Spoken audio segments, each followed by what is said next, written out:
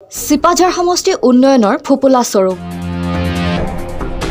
যদি আপুনি উন্নয়ন চাই আহক দৰঙৰ সিপাঝাৰ সমষ্টিলৈ এখন ভগ্ন কাঠৰ দলঙে জিয়াটো ভুগাইছে ঐতিহাসিক পাথৰিঘাট অঞ্চলৰ ৰাইজক দলং নহয় যেন মৰণ ফানহে নিৰ্মাণৰ এবছৰ পিছতেই ভাঙি গল কাঠৰ দলংখন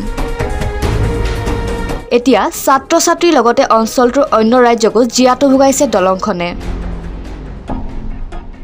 সিপাঝাৰ লোক নিৰ্মাণ বিভাগে নিৰ্মাণ কৰিছিল এই কাঠৰ দলংখন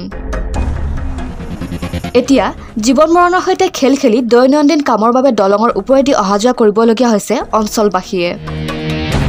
এই দীৰ্ঘজত দলংখন যেনেকুৱা অৱস্থা হৈছে ইয়াতে আপোনাৰ ল'ৰা ছোৱালী যিখিনি স্কুলত যাব আহে পাথৰিঘাট স্কুলত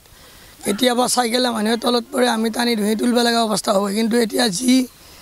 যি যন্ত্ৰণাত আমি ভুগি আছোঁ ইয়াৰ বিনিময়ত যদি চৰকাৰে দলংখন অকণমান ভাল কৰি দিলে হয় তেতিয়াহ'লে আমি অলপ সুৰক্ষা হ'লো হয় কিন্তু এইখন দলং অতি দৰকাৰী প্ৰায় 16-17খন গাঁৱৰ মানুহ এই দলঙৰ ওপৰেদি অহা যোৱা কৰে 16-17খন গাঁৱৰ পানী যিখিনি আছে এই দলঙৰ তলেদি আপডাউন হয় কিন্তু সেইটোৰ কাৰণে যদি দলংখন অলপ ভাল কৰি দিয়ে তেতিয়াহ'লে আমি সুৰক্ষিত হ'ব পাৰোঁ আৰু যিকেইটা ল'ৰা ছোৱালী পঢ়ে কেতিয়াবা মানুহ নোহোৱা সময়ত পৰিলেতো তেওঁলোক মৰিয়ে যাব বাছৰ কোনো সুৰক্ষা নাই এদিনা ছাগলী পচি এদিনা স্কুলৰ ল'ৰা এটা পচি ছাগলীদি দৌৰি আহি আমি তুলিছোঁ আৰু ৰাতিপুৱা গাড়ী গুড়া যাব নোৱাৰে বেমাৰী আজাৰ হ'লে গাড়ী এখন মাতিব নোৱাৰোঁ আমি 108 104 আমি মাতি চাইছোঁ কোনোদিন নাহে দলং বেয়া বুলি কয় সেইটোৰ কাৰণে আমি ইমান অসুবিধাত পৰি আছোঁ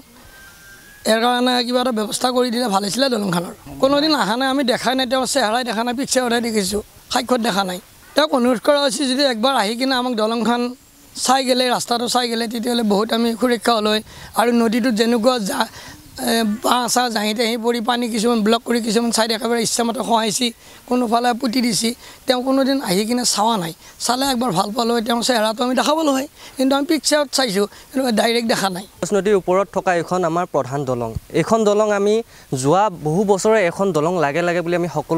সকলো চৰকাৰৰ ওচৰত অনুৰোধ কৰিছিলোঁ তাৰ পৰিপ্ৰেক্ষিতত এখন দলং পাইছিলোঁ কাঠৰ দলং কিন্তু এই কাঠৰ দলঙক নামতহে পালোঁ কিন্তু আচলতে এই কাঠৰ দলঙৰ কোনো ধৰণৰ কামেই নহ'ল এতিয়া এই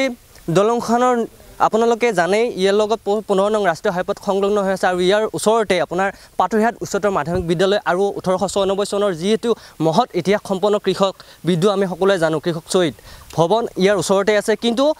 ইয়াৰ যিখন স্থানীয় মানুহ এই দলংখন যদি ভাঙি যায় তেনেহ'লে বিভিন্ন স্নাতক ডিগ্ৰীধাৰী লোক য'ত সিপাঝাৰ মহাবিদ্যালয়ত ইয়াৰ পৰা আপোনালোক পঢ়ে মংগলদৈত যায় বিভিন্ন ধৰণৰ উচ্চতৰ মাধ্যমিক বিভিন্ন ধৰণৰ ডাঙৰ মহাবিদ্যালয় ইয়াৰ পৰাই আপোনালোকৰ ল'ৰা ছোৱালীয়ে তাতে পঢ়িবলৈ যায় কিন্তু এই দলংখন যদি এতিয়া ভাঙি যায় তেওঁলোকৰ একদম জীৱনটো বৰবাদ হৈ যাব বুলি মই কৈছোঁ চৰকাৰক অনুৰোধ জনাইছোঁ যাতে এই দলংখনৰ বিভিন্ন ব্যৱস্থা গ্ৰহণ কৰে যিসমূহে এই দলংখনত গাফিলতি সৃষ্টি কৰিছিল যেনেকুৱা ধৰণৰ তেওঁলোকক ব্যৱস্থা ল'ব লাগে তেওঁলোকক বিভিন্ন ব্যৱস্থা গ্ৰহণ কৰক আৰু অনতিপলমে আমাক সুৰক্ষা দিয়ক যাতে আমাৰ আৰু সকলোৰে প্ৰাণ বাচে আৰু আপোনালোকৰ হয়তো এখন এই গাঁওখনক আপোনালোকে সুৰক্ষা প্ৰদান কৰে ধন্যবাদ সিপাঝাৰৰ পৰা ধ্ৰুৱজ্যোতি শৰ্মা ৰিপৰ্ট নাৰদ লাইভ